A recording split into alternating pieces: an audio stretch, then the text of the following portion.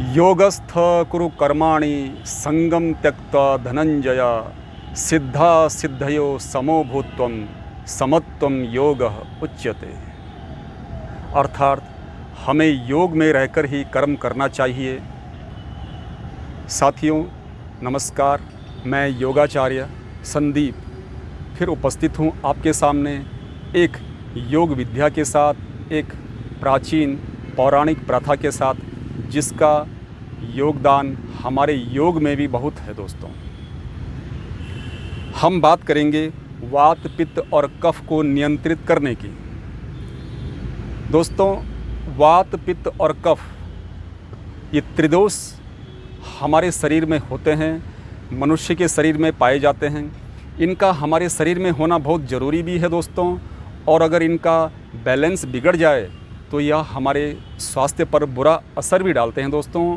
या यूँ कहें कि शरीर पर जितने भी रोग होते हैं वो वात पित्त कफ के इम्बैलेंस होने से ही होते हैं। दोस्तों, हमारा जो शरीर है यह मुख्य रूप से 3 भागों में बंटा हुआ है। दोस्तों, अगर हम वात पित्त और कफ को देखें तो उदर भाग से और हमारे पैर के अंगूठे तक जो हमारा क्षेत्र है ये हमारा वात प्रधान क्षेत्र है। दोस्तों, उदर भाग से ऊपर की ओर अगर बढ़ें जो हमारा चेस्ट और उदर के बीच में हमारा जो ये क्षेत्र है ये हमारा पित्त प्रधान क्षेत्र कहलाता है। दोस्तों, और चेस्ट से लेकर हमारे सहस्त्रार्थ चक्र तक ये हमारा कफ का प्रधान क्षेत्र है। दोस्तों, इसमें हमारा कफ बनता है।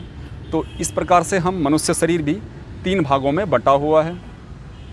तो जो हमारे अंदर ये नस नाड़ियाँ होती हैं दोस्तों, पूरे शरीर में अगर नस नाड़ियाँ हैं, इन्हीं से हमारा रक्त का संचरण होता है और यहीं पर हमें अपने रक्त संचार को बैलेंस करना होता है, वात पित्त कफ को कंट्रोल में करना होता है। दोस्तों, तो इसकी अगर हम आपको बता दूं मैं कि जो नस नाड़ियाँ हैं ये हमारे शरीर में तकरीबन वैज्ञानिक दृष्टिकोण से देखा जाए तो हमारे शरीर में 72,72,10,201 नस नाड़ियाँ पाई जाती हैं। दोस्तों, ठीक ऐसे ही सेल्स भी हमारे बॉडी में होते हैं जो कि ट्रिलियंस में होते हैं। दोस्तों, मिलियंस नहीं, बिलियन नहीं, बल्कि ट्रिलियंस में पाए जाते हैं। तो ये वैज्ञानिक दृष्टिकोण से देखा जाए तो यह भी 37 ट्रिलियन से भी ज़्यादा सेल्स हमारे बॉडी में पाए जाते हैं। दोस्तों, जो मुख्य नस नाड़ियाँ हैं वो हमारे हथेली से होते हुए हमारे हृदय की ओर आती हैं। दोस्तों, तो इन नस नाड़ियों को बैलेंस करने के लिए हमारे धार्मिक जो दृष्टिकोण है उसको अगर वैज्ञानिक दृष्टिकोण से जोड़कर देखा जाए तो हमें वात पित्त कफ को कंट्रोल करने के लिए हम हाथों पर कलावा पहनते हैं जो कि हमारे वात पित्त और कफ को बैलेंस करता है। आपने देखा होगा दोस्तों, जो हमारे आदि काल में ऋषि वैद्य होते थे वह भी 3 उंगलियों को हमारी कलाई के ऊपर रखते थे और हमारे नब्ज को टटोलते थे, यानी कि वात पित्त और कफ का जो बैलेंस है उसको चेक करते थे किसमें क्या कमी है और उसके अनुसार वो ट्रीटमेंट करते थे, यानी कि इलाज किया करते थे।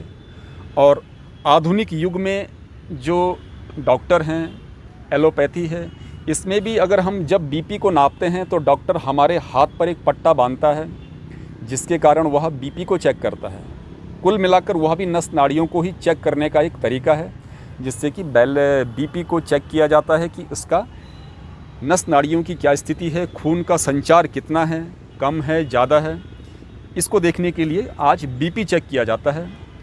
कई क्षेत्रों में वैद्य को भी प्रधानता दी गई है तो वो भी वैद्य भी इसका विश्लेषण करते हैं। दोस्तों, तो कुल मिला के ये वैज्ञानिक इसका कारण है कि हम जो कलावा हाथों पर पहनते हैं इसको वात पित्त और कफ को बैलेंस करने के लिए ही बनाया गया है। दोस्तों, इस पर हमने चर्चा करी कि हम कलावा क्यों पहनते हैं और इसका क्या प्रमुख कारण है।